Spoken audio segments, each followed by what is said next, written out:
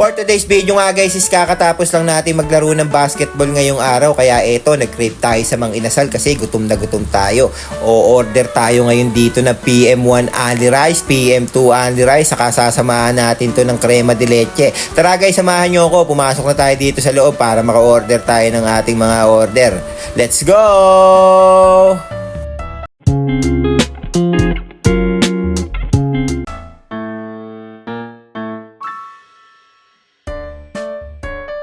Habang naghihintay nga tayo ng ating order guys is nag-request muna tayo ng sabaw kay ate. Yan napakainit niya, masim-masim pa para ganahan tayong kumain.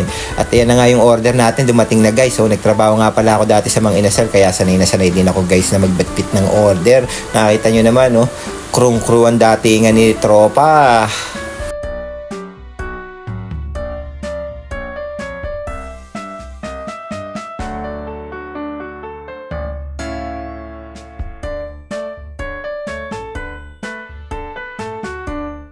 At eto na nga guys, kakain na tayo. Syempre bago ang lahat, humingi muna ako ng 3 sili. Nagpa-additional ako sa 2 kalamansi para siguradong ganahan tayong kumain. Dahil alam nyo naman, only rice dito guys. Syempre susulitin natin yung binayad natin.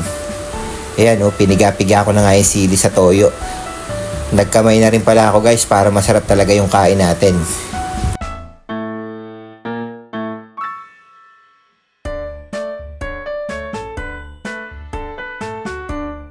At eto na nga guys, magsisimula na tayong kumain. Syempre hinalo ko na rin pala yung chicken oil sa kanin ko. Saka ko halo-haluin to para solid yung lasa. Tara guys, samahan nyo ako, kumain na tayo. Tanghalian nga pala to. Let's go!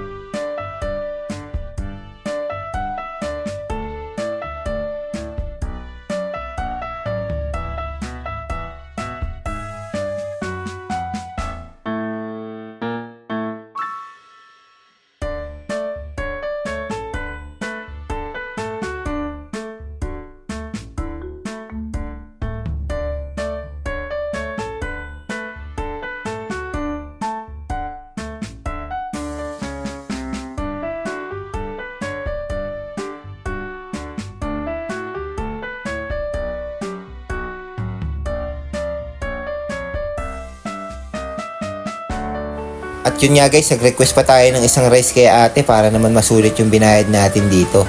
Dapat guys, pagkakain kayo sa Mang Inasal is talagang gutom na gutom kayo para naman yung ibabayad nyo is masusulit nyo. Dahil kaya nga kayo kakain dito dahil sa only rice din syempre, di ba?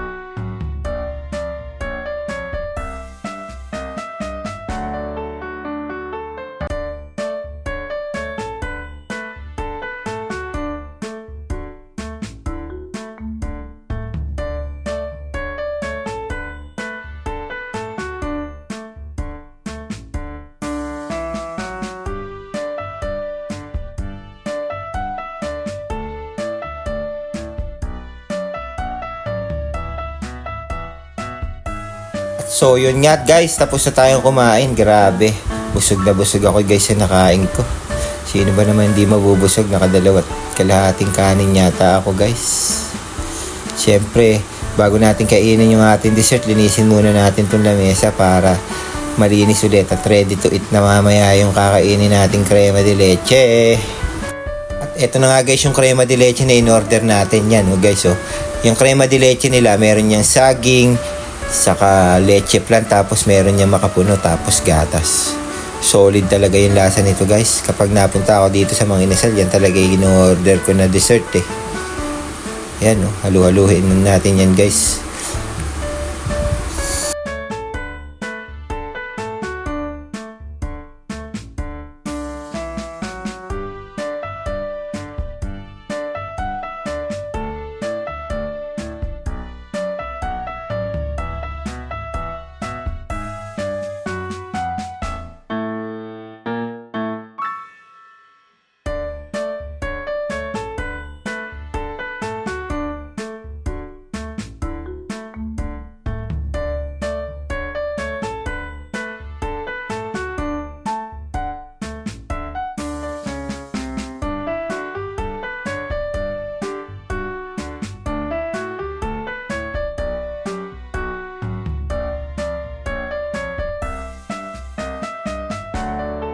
Yun nga guys, patapos na tayong kumain. Thank you for watching.